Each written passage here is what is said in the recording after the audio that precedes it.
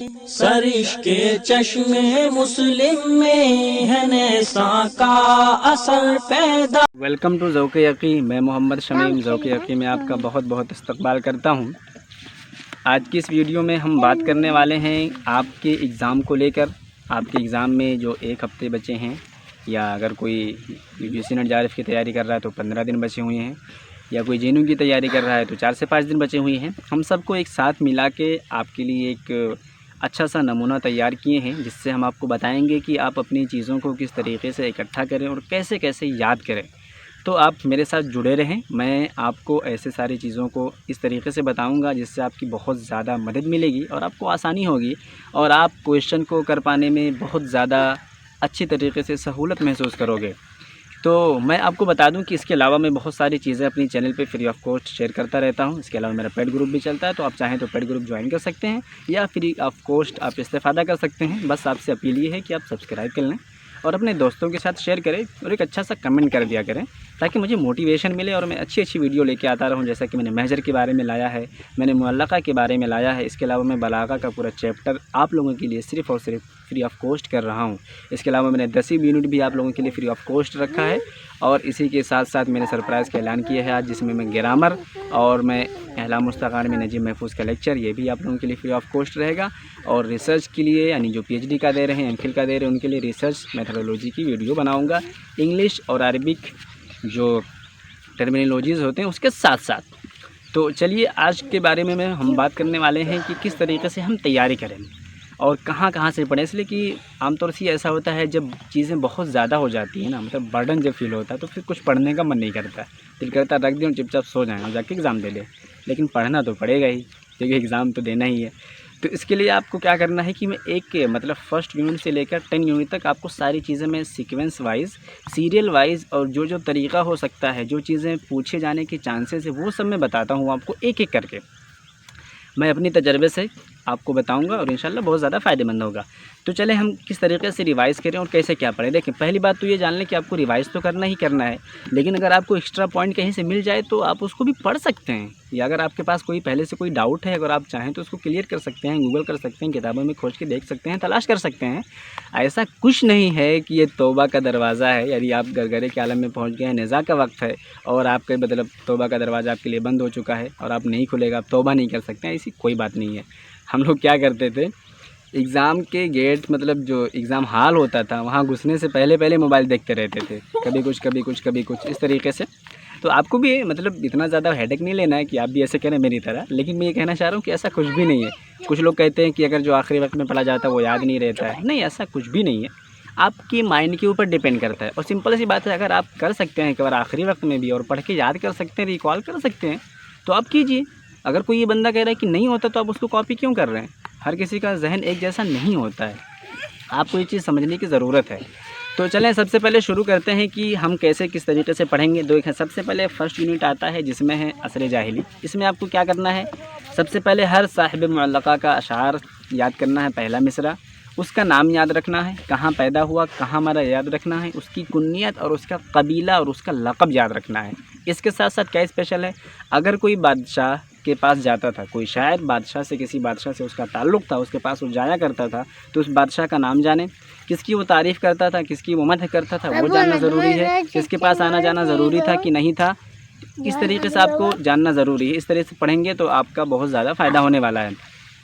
इसके अलावा अगर आप और आगे आएंगे तो आप आ जाएंगे शुअरा सालिक में। बस इसमें आपको सबका लक़ब जान लेना है, सबका नाम जान लेना है और सीक्वेंस बिठा देना है, कौन कब मरा, यानी कौन पहले है और कौन बाद में है, ये इसके बारे में होगी। और ताबूता शर्रा और शनफरा के अंदर दोनों में क्या ताल्लुक़ है, मामा भांजे का, कौन मामा है कौन भांजा, ये आपको तय करना है। जैसा कि ताबूता शर्रा जो है भांजा है, शनफरा जो है वो मामा है और उसका लामियतुल अरब कसीदा है। तो हर राइटर की जो शोहरत की वजह है वो जानना आपका ज़रूरी हो जाएगा। मुअल्लक़ा वाले में नाम, कुन्नियत, लक़ब, ठीक है, कबीला, मुअल्लक़ा, मतला, बहर, ठीक है, दालिलिया मीमिया और उसके तादाद। उसके अलावा अगर वो किसी बादशाह के पास जाता था तो उसका नाम, ठीक है। इसके अलावा शुअरा सालिक में नाम, लक़ब, कुन्नियत और कोई शोहरत जैसे लामियतुल अरब है ये, और दोनों में क्या ताल्लुक़ था और क्या सीक्वेंस से वफ़ात की। इसके बाद फिर और आगे आप आएंगे मुख़ज़रम में। तो मुख़ज़रम शुअरा में आप देखेंगे कि कब कब ये लोग इस्लाम लाए, किसके दौर में इस्लाम लाए या कब किस वक्त इस्लाम लाए, कितना साल इन्होंने ज़माने जाहिलियत में गुजारा और कितना साल इन्होंने गुजारा इस्लाम में, ज़माने जाहिलियत की शायरी कैसी थी, इस्लाम की कैसी शायरी थी, और अगर किसी बादशाह के पास आते जाते रहे हैं तो उनका भी जैसे कि मनाजरा और गसासाना के पास हसन बिन साबित जाते थे। इसके अलावा ये देख लें कि कब इनका इंतकाल हुआ, किस अहद में, यानी हिजरी याद कर लें आप, इसलिए कि इसके बारे में ज़्यादातर हिजरी पूछा जाता है। और फिर यहाँ भी आप सीक्वेंस बिठा लें कि कौन पहले मरा है कौन बाद में मरा है, और किस तरीके से कौन पहले मरा है कौन बाद में पैदा हुआ है। ये विलादत वाली तरतीब और वफ़ात वाली तरतीब दोनों बिठा लें। इनका लक़ब, आपको नाम याद करना, कुन्नत याद करना, ये सारी चीज़ें अगर किसी के पास जाते तो यह हुआ। इसके बाद आगे आएंगे उमवी में। उमवी में आपको याद करना है कि नाम कौन कौन से कबीले से थे, जैसे जो नकाइज़ है स्पेशली उसके बारे में आपको याद रखना है कि कौन सा बादशाह कौन से शायर से मिला हुआ था, या कौन सा शायर किस बादशाह से जिसका किससे ताल्लुक़ था, और किस शायर की किस बादशाह यानी अहद खिलाफत में किसका इंतकाल हुआ। जैसे अख्तल के बारे में है तो खुफ़ुल क़तीन कसीदा जो है खुफ़ुल क़तीन किसके बारे में कहा है, कब उसका इंतकाल हुआ। फ़रज़दक़ का कैसा था, फ़रज़दक़ ये समझता था कि हमारे जो आबा वजदाद हैं वो किसी भी तरीके से उमैया से कम नहीं है हस्ब नसब में, अपने आप को बहुत बरतर ख्याल करता था। इसी वजह से कभी भी उसको एक जगह मतलब इज़्ज़त नहीं मिली, कभी वो तारीफ़ करता तो कभी वो मद करता तो कभी वो हज कर देता, कभी बुराई कर देता। तो ऐसे ही आपको देखना है, सबका नाम देखना है, सबकी कुन्नियत देखनी है, और किस बादशाह से किसका रिलेशन था, किसने मद की है वो देखना है। इसके साथ साथ ये भी देखना है कि तीनों का फ़ील्ड अलग अलग क्या है। जैसे कि जरीर को सारे फील्ड में यानी सारे मजाल में, रसा मद में, सब में यकसा फजीलत हासिल थी, जबकि अख्तल को नहीं थी, फ़रज़दक़ को भी नहीं थी। तो इस तरीके से आपको देखना है फ़रज़दक़ और अख्तल के बारे में क्या कहा जाता है। यनहतु मिन जिबालिन या यग़रफ़ु मिन बहरिन की मतलब समुंदर से चुल्लू में पानी भरता है, या फिर वो पत्थर को तराशता है, वो क्या है वो सब आपको देखना है।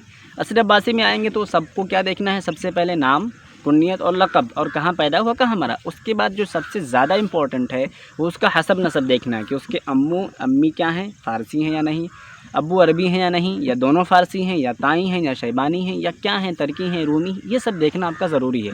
उसके साथ साथ आप ये देखेंगे कि किसकी क्या खुसूसियत है। जैसे कि तजदीद की तरफ मायल है बशार बिन बुर्द, इसी तरीके से जो हमारा अबू नवास है वो ज़ईमुल ख़म्र ज़ईमुल शेरुल ख़म्री इंदल अरब बिला मुनाज़ा है। इसके अलावा जैसे अबू तैयब अल मुतनब्बी है, इसी तरीके से बुख्तरी है, इसी तरीके से अबुल अला मोर्री है जिसका सारा का सारा दीवान फ़लसफ़ा पर है। तो हर किसी की एक खुसूसियत स्पेशलिटी आपको याद करनी है इस तरीके से, और इसमें भी आपको जोड़ा लगाना पड़ेगा विलादत और वफ़ात की तरतीब का, और हर किसी के शोहरत की वजह या किसकी जो खुसूसियत है वो याद करना है। फिर आगे चलेंगे तो आपको आएगा जो खिताबत है कुरान और हदीस के बारे में। तो उसमें हर ख़तीब की कोई इनोवेटिव आइडियाज़ हैं, जैसे कि इन्नहु मन आशा माता मन यरा शैन वगैरह वाली बात याद कर लें, और कौन पहले मरा कौन या बाद में मरा, इसको वफ़ात बिठा लें। इसके अलावा सबसे चीज़ याद करनी है कि जिसने सबसे पहले अव्वल मन यानी क़ुस बिन सादा जो है, सीधी सीधी बात है, उसको अच्छे से पढ़ लेना, उसके बारे में बहुत सारे क्वेश्चंस आते हैं। इसी तरीके से जो ख़तीब है उसमें से देख लें कि किसके साथ क्या कौन सा जो जुमला है वो रिलेटेड है, जैसे नील अरा रोसन है हज्जाज बिन यूसुफ के साथ है। इसी तरीके से शाबीन है ज़ियाद बिन नबी के बारे में क्या कहा है, तारिक बिन ज़ियाद का क्या किरदार है, ये सब एक साथ आपको देखना है। सहबान बिन वाइल के बारे में उमैया ने कहा है, उमैया रज़ियल्लाहु ताला अन्हु ने, उमैया बिन अबी सुफ़ियान ने, कि अंता अख्तबुल अरब। तो ये आपको देख लेना है, यानी किसी का कोटेशन है वो देखना है। इसके बाद फिर और आगे आएंगे तो आपको फिर मिलेगा कि जो असर अंदलुसी है उसके अंदर आपको क्या करना है, सबकी विलादत और सबकी तारीख़ पैदाइश का जोड़ा लगा लेना है, कौन किसके बाद कौन किसके बाद कौन किसके बाद, और हर किसी का नाम याद करना है।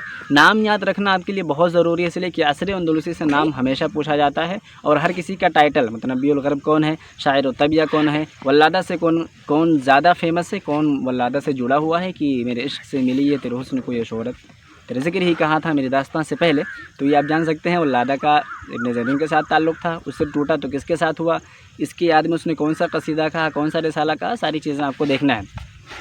ऐसे अगर आप आएंगे नक़्द के अंदर आएंगे तो नक़्द में जितने भी अब्बासी शोरा हैं, जितने अब्बासी दौर के हैं, उसमें आपको क्या करना है, सबकी एक लिस्ट बनानी है, और सबकी जो असल किताब है, जैसे अगर इब्न सल्लाम अल-जुमही की देखेंगे तो तबक़ात फ़ुहूल शुअरा है, इसके अलावा इब्न क़तैबा दैनूरी हैं, इसी तरीके से इब्न रशीद क़ैरवानी हैं, क़ुदामा बिन जाफ़र हैं, अब्दुल काहिर अल-जुलजानी हैं, इनकी जो किताब है दलाइलुल इजाज़ और असरारुल बलागा, ये आपको देखना है। तो जो असल किताब है उसको आप पहले याद रखें, उसके अलावा जो दूसरी किताबें हैं उनको भी याद रखें, लेकिन जो शोहरत की वजह अश्शिअर व शुअरा इब्न क़तैबा, किताबुल उम्दा इब्न रशीद क़ैरवानी, तो ऐसी ही चीज़ों को आपको याद रखना है जो फेमस हैं, इनका भी नाम याद रखना है, तारीख़ पैदाइश तारीख़ वफ़ात याद रखना है, जोड़ा लगाना है, यानी मतलब तरतीब और सीक्वेंस बिठाना है। इसके अलावा आपको क्या क्या करना है कि इनकी कुन्नियत देखनी है और इनकी असल नस्ल देखनी है, और ये मसलकन क्या है, मसलकन वाले में से क्वेश्चन पूछा गया है। इसके अलावा और आप आगे चलेंगे तो जब मॉडर्न के अंदर आएंगे तो मॉडर्न में भी यही होता है कि कौन कौन सी किताब बहुत ज़्यादा फेमस है, जैसे कि अन्नक़दुल अदबी है, उसूलुन नक़दुल अदबी है, अन्नक़दुल मनाजिन दिल अरब है, फिल अदब वन नक़द है, फिल नक़द वल अदब है, उसूलुन अन्नक़दुल अदबी उसूलुहु व मनाहिजुहु सैयद कुतुब शहीद की है। तो इतनी ज़्यादा जो किताबें हैं वो किस तरीके से आप डिफ्रेंशिएट करोगे, इसलिए कि आपको पढ़ना कमाल नहीं है, आपको डिफ्रेंशिएट करना कमाल है। और जेनू के पॉइंट ऑफ व्यू से अब आजकल ये लोग बहुत ज़्यादा नक़द से चीज़ों को पूछने लगे हैं। तो ये सारी किताबों के एक चार्ट बनाएं, जो अहम किताबें हैं उसको एक साथ लिखें और मुसन्निफ़ के उनके साथ लिखें, उनको याद रखें कि हाँ ये इसकी है, अन्नक़दुल अदबी अहमद अमीन की है, उसूलुन नक़दुल अदबी अहमद शाइब की है। इसी तरीके से फिर नक़दुल मनाजिन दिल अरब जो है वो हमारे मोहम्मद मंदूर की है, फिल अदब व नक़द जो है शौक़ी ज़ैफ़ की है, फिल नक़द वल अदब मोहम्मद मंदूर की है। एक चीज़ मैं यहाँ वजाहत कर दूँ, तो यहाँ पर बहुत सारे लोगों को कन्फ्यूज़न है कि फ़िल अदब व नक़द और फ़िल नक़द वल अदब ये किसकी किताब है। देखें, फ़िल नक़द वल अदब याद रखें, कभी भूलना नहीं है, मोहम्मद मंदूर की किताब है। ऐसे याद रखें कि मंदूर में नून पहले आता है, तो नक़द वाली किताब भी पहले मंदूर की होगी। फ़िल नक़द वल अदब और फ़िल अदब व नक़द है, ठीक है, वो है शौक़ी ज़ैफ़ की। देखें याद रखना, फ़िल नक़दिल अदबी नहीं हम बोल रहे हैं, फ़िल नक़दी दाल पे ज़ेर, फ़िल नक़द या ऐसे याद रखें फ़िल नक़द वल अदब, यह मोहम्मद मंदूर की, और फ़िल अदब व नक़द यह है अहमद शौक़ी ज़ैफ़ की। ये ऐसे आपको याद रखना है। लोगों को, बहुत सारे लोगों को कन्फ्यूज़न इस वजह से है कि एक हमारे दोस्त ने हमें ये मतलब एक्सप्लेनेशन प्रोवाइड किया है, मैं उनसे बहुत खुश हूँ और मतलब उनकी मैं तारीफ़ भी करता हूँ। ऐसा नहीं, इसलिए मैं आपसे कहता हूँ ना कि आप अपने आप को कमतर नहीं जानें। बहुत सारी चीज़ें जो मैं यहाँ बैठ के नहीं जानता हूँ वो आप जानते हैं, तो ऐसी कोई बात नहीं है। तो उन्होंने मुझे बताया कि ये जो मोहम्मद मंदूर की जो किताब है फ़िल नक़द वल अदब, इसको दोबारा जब पब्लिश किया गया है तो उसको फ़िल अदब व नक़द के नाम से छाप दिया गया। अब नेट पे वही मौजूद है, जब बच्चे सर्च करते हैं तो उनको लगता है कि नहीं ये तो शौक़ी ज़ैफ़ की किताब है, लेकिन शौक़ी ज़ैफ़ की किताब जो है फ़िल अदब व नक़द है, फ़िल नक़द वल अदब मोहम्मद मंदूर की ही है, गर्चे उसका नाम बदल दिया गया है दोबारा। तो ऐसे सारी किताबों को एक साथ याद रखना है आपको, ऐसे ध्यान में रख के कि कौन किसकी है, सबकी वफ़ात पैदाइश याद कर लें। इसके बाद फिर आगे चलेंगे तो हमारे सामने जो आता है सबसे पहले वो है कि बलागा का मैं फ्री ऑफ कॉस्ट आपके लिए प्रोवाइड करा रहा हूँ और मैं करवा दूँगा पूरा। तो उसमें आपको मोटी मोटी चीज़ें वैसे भी मैं बता देता हूँ, बलागा और फसाहा में क्या फ़र्क है, बलागा के लिए क्या होना चाहिए, फसाहा के लिए क्या होना चाहिए, जैसे मतलब तनाफुर कलमात नहीं हो, ज़ोफ़ तालीफ़ नहीं हो, ताक़ीद लफ्ज़ी ना हो, ताक़ीद मानवी ना क्या हो, सबकी एग्ज़ाम्पल्स आप याद कर लें अशार के ज़रिए से। इसके अलावा फिर तशबीह के अंदर आएँगे तो मुरसल जिसमें अदात तशबीह ज़िक्र हो, मुअक्कद जिसमें अदात तशबीह नहीं ज़िक्र हो, ये दो जोड़ा अलग रख लें। मुफस्सल और मुजमल का अलग जोड़ा बना लें कि जिसमें वजह शिब ज़िक्र होगा मुफस्सल, जिसमें नहीं ज़िक्र होगा उसको मुजमल कहेंगे वजह शिब, और जिसमें वजह शिब अदात तशबीह दोनों नहीं होगा वो हो जाएगा बलीग़। अब आप चाहें मुरसल और मुफस्सल एक साथ रख लें, यानी मुरसल में क्या होगा, अदात तशबीह ज़िक्र होगा और मुफस्सल में वजह शिब ज़िक्र होगा। ज़िक्र वालों को एक साथ बना लें, हज़फ़ वालों को एक साथ कर लें, मुअक्कद जिसमें अदात तशबीह हज़फ़ होगा और मुजमल जिसमें वजह शिब हज़फ़ होगा। तो इस तरीके से जोड़ा बना के याद कर सकते हैं, भले जिसमें दोनों नहीं होगा, अदात तशबीह और वजह शिब, इस तरीके याद कर सकते हैं। बहुत सिंपल सी बात है, कोई बहुत ज़्यादा मुश्किल नहीं है, लेकिन इसको ज़रूर याद करें। यहाँ से क्वेश्चन हर बार पुटअप किए जाते हैं, हर सारे मतलब एग्ज़ाम में, चाहे जेएनयू का हो, एमफिल का हो, डीयू का हो, पीएचडी का, जहाँ का भी हो, हर जगह बनाया जाता है। तो आगे चलते हैं कि बलागा के बारे में और सारी चीज़ें देखनी। जैसे अगर आप बहुत ज़्यादा उगता रहे हैं कि यार इतना ज़्यादा लेंदी है, इस्तिआरा, किनाया, मजाज, मकनिया, क्या क्या हम पढ़ेंगे, तो आपसे मेरा मशवरा है कि आप अगर नहीं पढ़ सकते हैं तो एक बार किताब खोलें, चैप्टर को खोलें, कायदा याद करें और एक बार एग्ज़ाम्पल देखें। अगर उसमें कोई मशहूर कोटेशन नज़र आता है या कुरान की कोई आयत, तो देख लें किस कैटेगरी से बिलोंग करती है। जैसे कि इन्नी लअरा रोशन क़दयनात, ये हज्जाज बिन यूसुफ़ का कौल है, बहुत मशहूर है, बार बार पूछा जाता है। अब अगर आप इसको पूरा नहीं पढ़ पा रहे हैं तो इसको ये देख लें किस कैटेगरी से बिलोंग करता है। ये इस्तिआरा मकनिया से बिलोंग करता है, ठीक है। तो ऐसे ही आपको देखते रहना है सारी चीज़ों को, या अगर सब नहीं देख सकते हैं तो मशहूर कोटेशन को किस से बिलोंग करता है, किस कैटेगरी से, उसको देख लें। आगे चलेंगे तो हम आएंगे फिर अहमुल मराजे वल मसादिर अदबिया के अंदर। इसमें हमने तमाम चीज़ों को अपने वीडियो में फ्री ऑफ कॉस्ट प्रोवाइड करा दिया है। आपको क्या करनी है, हर जो मुसन्निफ़ है उसकी किताब देखनी है और उस किताब की सबसे पहले नौइयत देखनी है कि अदब में है, तारीख़ में है, सियर है, तराजिम है, क्या है, ये देखना है। उसके साथ साथ जो मुसन्निफ़ है उसका पूरा नाम देखना है। और अगर आपको वक्त मिले तो ये देखें कि मुसन्निफ़ के इसके अलावा भी कोई दूसरी किताब है क्या, इसलिए कि कभी कभी देखते लैसा मिन मुअल्लिफ़ात, 2-3 किताब देख देख तो हम एक ही पढ़े रहते हैं, कहाँ से लगाएंगे उसको, तो यहाँ से देख लिया करें। इसके अलावा फिर आपको देखना कौन सी सदी हिजरी में कौन सी किताब लिखी गई है, यानी फ़लाँ सदी हिजरी में फ़लाँ किताब, फ़लाँ सदी हिजरी में फ़लाँ किताब, फ़लाँ सदी हिजरी में फ़लाँ किताब। इस तरीके से देखना ज़रूरी है। कैसे पता चलेगा? मुसन्निफ़ की date of birth, date of death देखें, उससे पता चल जाएगा कि सदी हिजरी से बिलोंग करता है। जैसे अगर 255 है जाहिज़ तो उसका तीसरी सदी हिजरी हो जाएगी। ऐसे ऐसे आप मिला सकते हैं। हम आगे आएंगे मॉडर्न के अंदर, ठीक है। मॉडर्न बहुत इंटरेस्टिंग है, बहुत अच्छी चीज़ है और मॉडर्न को पढ़ना चाहिए। बहुत सारे क्वेश्चंस आते हैं इसमें। 2-3 चीज़ें मैं मोटी मोटी आपको उंगलियों से गिना सकता हूँ, जिस पे आपको बहुत ज़्यादा यकीन करना है, जिसको बहुत ज़्यादा अच्छे से आपको याद करना है। उसमें से सबसे इम्पोर्टेंट क्या है कि सारे शायरों की, सारे नावल निगारों की, सारे किस्सा कसीरा मसरहिया सब की एक साथ डेट ऑफ बर्थ लिख लें। फिर आपको क्या करना है, डेट ऑफ डेथ और बर्थ दोनों एक साथ याद रख लें। फिर उसमें क्या करना है, आपको जोड़ा लगाना है, ठीक है। 1973 में कौन कौन पैदा हुआ? महमूद तैमूर, ठीक है। और कौन कौन पैदा हुआ? इसके अलावा ताहा हुसैन पैदा हुआ। और कौन कौन पैदा हुआ?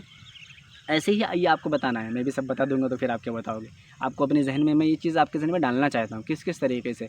अब 1973 को अगर एक साल उसमें 100 साल माइनस करोगे तो 1873 में रिफ़ा राफ़ी तातावी हो जाएंगे।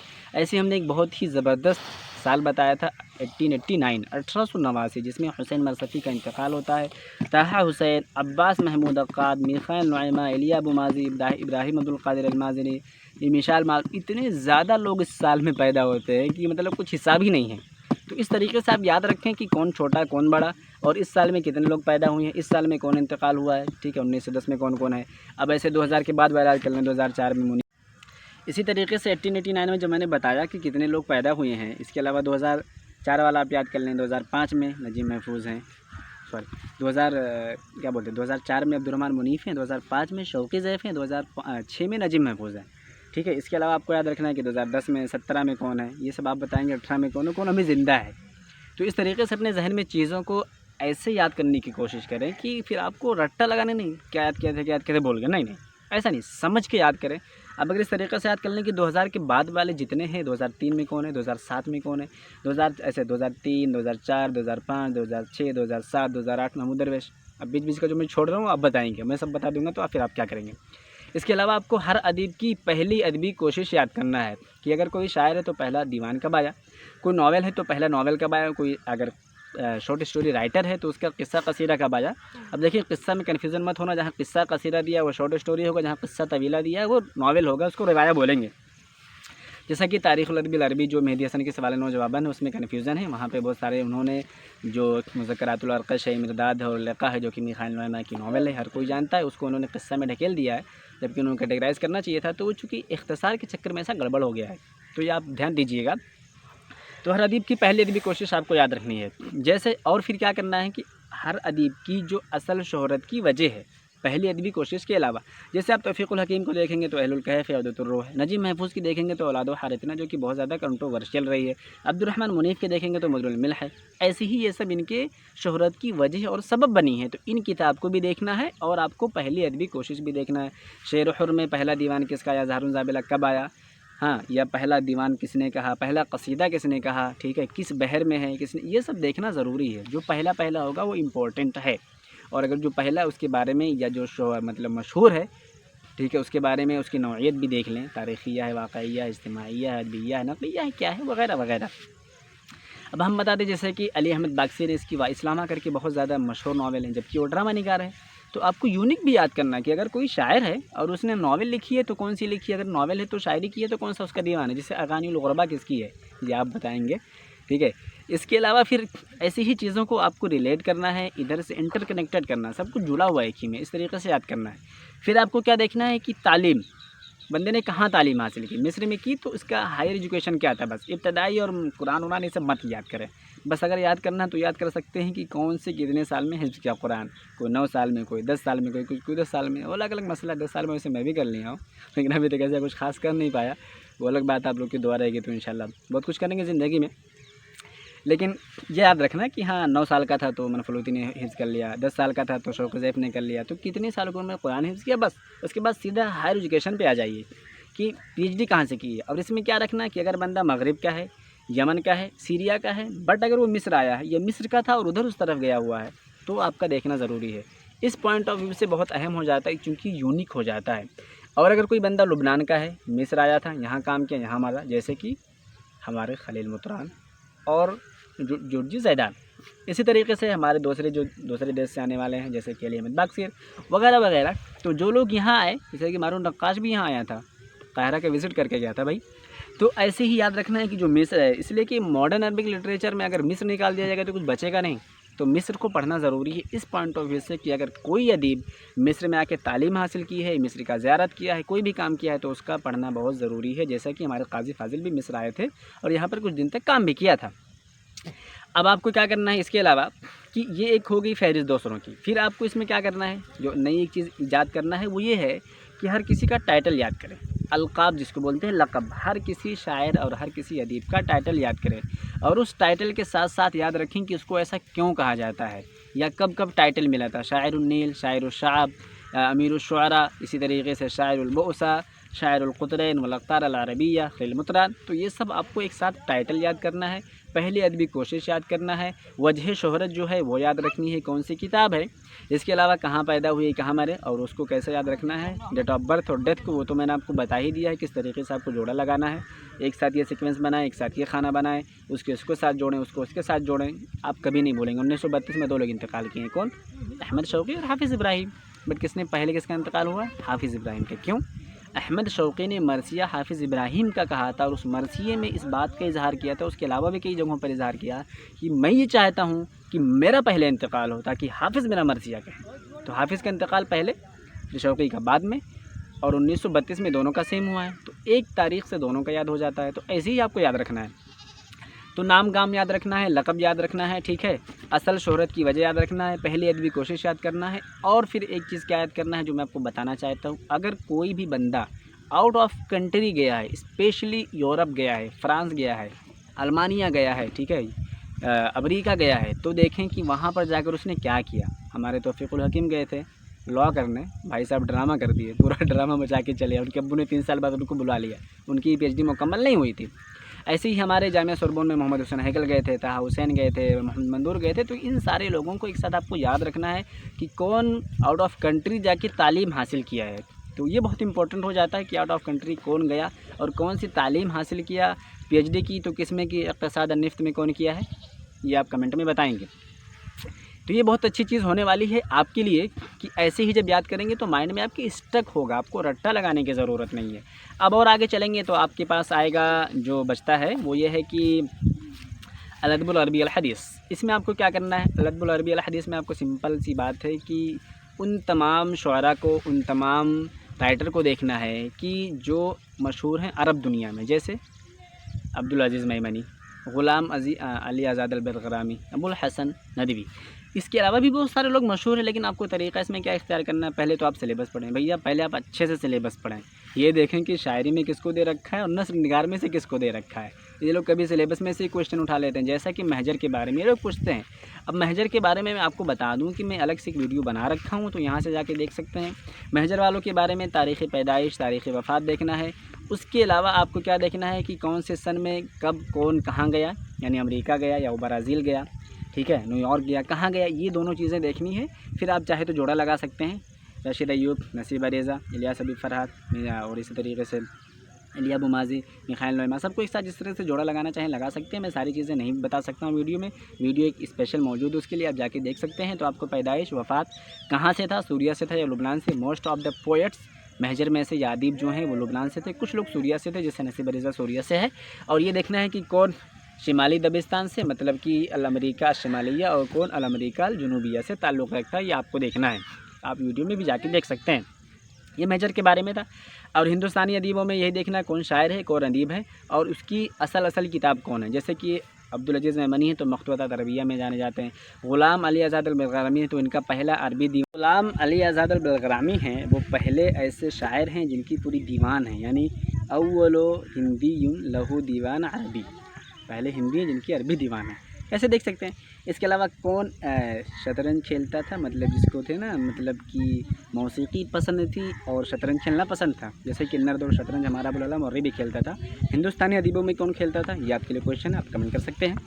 इसके अलावा मैं आपको बताऊं कि जो हिंदुस्तान में से पढ़ना है वो इम्पोर्टेंट ये है कि हर अदीब का अलग अलग वो बना लें, एक स्पेशलिटी है। जैसे कि मखतूतात है किसी का बहूस व तंबीहात है, किसी का बहूस व मकालात है, मैं सिर्फ बताऊँगा इशारा, आपको ढूंढना है कौन किसका क्या है, ठीक है। इसी तरीके से हर जैसे कि हमीदुद्दीन फ़राही, तो उनका कुरान से रिलेटेड हो जाएगा, बलागा से रिलेटेड, यानी बलागा जो कुरान की है उससे रिलेटेड हो जाएगा।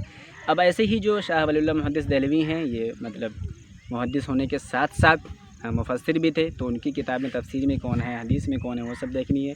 ऐसे नवाब सिद्दीक़ हसन ख़ान की देखनी है, और मादा ख़स्रुल आलम बिन हिफ़ाज़ुल मुस्लिमीन जो कि अबुल हसन नदवी की है, बहुत फेमस किताब है, वो देखनी है।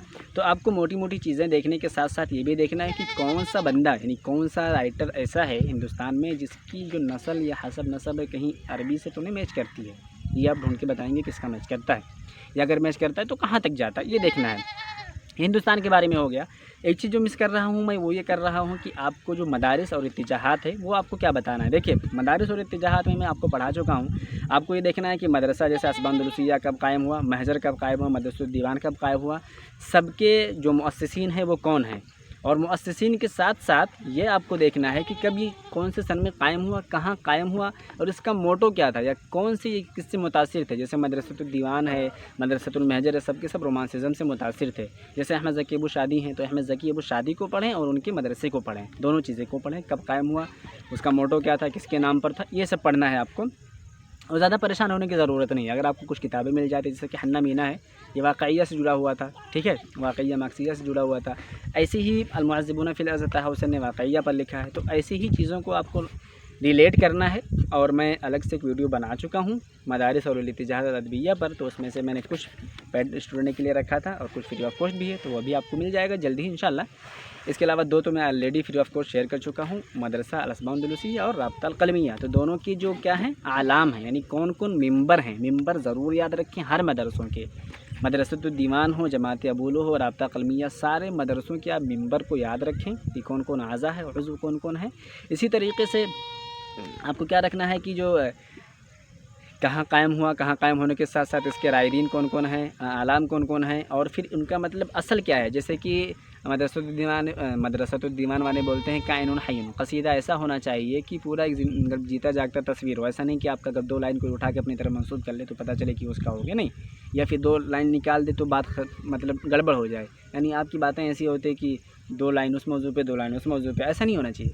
ऐसा होना चाहिए कि अगर 2 लाइन भी हटा दें तो बात मतलब बिगड़ जाए, मतलब कसीदा मुकम्मल ना हो, ऐसा होना चाहिए। और फिर ऐसा भी कि अगर वो चाहे कोई बंदा तो अपनी तरफ मंसूब करे तो नहीं, लोग समझ जाए नहीं ये बंदा, इसलिए कि आपके शख्सियत का भी झलक उसमें दिखना चाहिए। ऐसा लोगों का मानना था, वो सब चीज़ें देख सकते हैं, यहाँ वीडियो पे मौजूद है, मैं डिटेल में नहीं जाना चाहता हूँ। इसके अलावा आखिरी यूनिट बचती है जिसमें आपको क्या करना है, सारे जितने अहमुल वतन अल अरबी, अहमुल के जितने वतन अल अरबी हैं, यानी 22 कंट्री हैं जिसकी ऑफिशियल लैंग्वेज अरबिक है, तो सबका नाम याद रखना है। अब लोग ये क्या उनसी बात, नाम तो याद ही नहीं, ऑफिशियल नाम होता है। जैसे फ़लस्तीन हम जानते हैं, लेकिन फ़लस्तीन का नाम फ़लस्तीन तारीख़िया है, जमहूरियत मिस्र अल अरबिया है, सिर्फ इजिप्ट नहीं है। तो ऐसे ही आपको सारे के नाम याद रखना, सबकी क्या करना है, कैपिटल याद रखना है, और सब में कौन सा दिनार, कौन सा कोएत क्या चलता है, ये याद रखना है। इसके अलावा अगर आप चाहें तो सबका इंडिपेंडेंस डे याद कर सकते हैं, और नहीं तो पॉलिटिकल सिस्टम क्या चलता है, मतलब जमहूरी है या नियाबी है, डेमोक्राती है, क्या क्या है, इसके लिए मैं free of cost video launch करने वाला हूँ जल्दी, तो वो भी आपको पता चल जाएगा। तो ये चीज़ें आपको देखनी है। इसके अलावा ट्रांसलेशन का जो सीरीज़ चल ही रहा है, ट्रांसलेशन भी आपको देखना है। कुछ सलाद देख ले, तो उसमें से सलाद तो अक्सर के बारे में आपको पता ही होगा, अगर थोड़ा मोड़ा पढ़ते हैं अरबी, तो सलाद के बारे में कोई बहुत बड़ा मसला नहीं है। इसके अलावा आपको कुछ ग्रामर देखना है, कुछ तत्बीक़ात लुग़विय्या देखना है, तो वही सारी चीज़ें घुमा के आएंगी। ग्रामर देख लें, ट्रांसलेशन देख लें, और सियासत और पॉलिटिकल पर कुछ टर्म हैं, जैसे कैबिनेट रीशफल है, सियासत में आ जाएगा। इक़्तिसाद में जो सब चलता रहता है, जुमला है, और ऐसी बहुत सारी चीज़ें चलती हैं जिसको हम बोलते हैं अज़मा मालिया, फाइनेंशियल क्राइसिस, ये सब इक़्तिसादी हो गया। पॉलिटिकल साइंस में कैबिनेट रीशफल हो गया, वगैरह वगैरह। तो ये सब आप सारी चीज़ें देख सकते हैं। उसके अलावा मैं बहुत सारी चीज़ें अपने चैनल से फ्री ऑफ कॉस्ट करवाता रहता हूँ, तो चैनल को सब्सक्राइब कर लेंगे तब भी आपको बहुत ज़्यादा फ़ायदे वाला है। सबसे अच्छी बात जो ये है कि मैं आपको सीक्रेट बताता हूँ, तरीक़ा बताता हूँ। जैसे कि मैंने एक सीक्रेट है, आप भी सुन लें, कि जब भी आप कोई बुक पढ़ें या विकिपीडिया पढ़ें, तो हर पैराग्राफ का शुरू से 3 लाइन बहुत इंपॉर्टेंट होता है। अगर उसके अंदर कोई ऐसी बात है, मैं आपको 10-20 एग्जांपल दे सकता हूं कि जो लोग फर्स्ट पैराग्राफ, सेकंड पैराग्राफ, लेकिन शुरुआत की 3 लाइन से ही ये लोग क्वेश्चन उठाते हैं। मनफूलती के बारे में शौक़ ज़ैब से उठा के देख सकते हैं। इसी तरीके से हसन बिन साबित के बारे में अहमद हसन रज़ा से देख सकते हैं। इसी तरीके से बुख्तरी के बारे में आप विकिपीडिया से देख सकते हैं। तीनों का पहले पैराग्राफ से उठाया है और शुरू से 2 से 3 लाइन के बीच का क्वेश्चन था, सेम वर्ड को कॉपी किया है। तो ये सीक्रेट है, इसको ध्यान रखते हैं। आपसे गुजारिश है कि आपको अगर वीडियो पसंद आती है तो प्लीज़ लाइक करें, एक बार क्लिक करना है, कोई बहुत ज़्यादा नहीं जानता, और अच्छा सा कमेंट कर दें, मुझे खुशी होगी। तो मैं और अच्छी वीडियो लाऊंगा और इस तरीके से आपको बताऊंगा कि इतना लेंदी सिलेबस आपको मतलब बिल्कुल इजी हो जाएगा और आसान लगने लग जाएगा, आपके जहन में घुस जाएगा, फिर कभी बोलेगा भी नहीं और क्वेश्चन आप अच्छे से अटेम्प्ट कर पाओगे।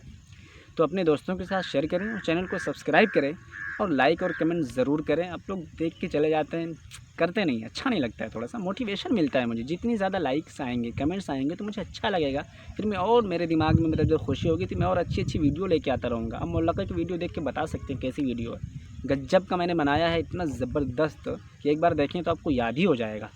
तो प्लीज़ लाइक और कमेंट किया करें और शेयर करें अपने दोस्तों के साथ। तो मैं आपको बेस्ट ऑफ लक बोलता हूँ और आपका बहुत बहुत इस्तकबाल करता हूँ। जेनू में आप आएँ और आपका ज़ियारत हो, आपसे पार्टी लेनी है। तो थैंक्स फॉर वाचिंग।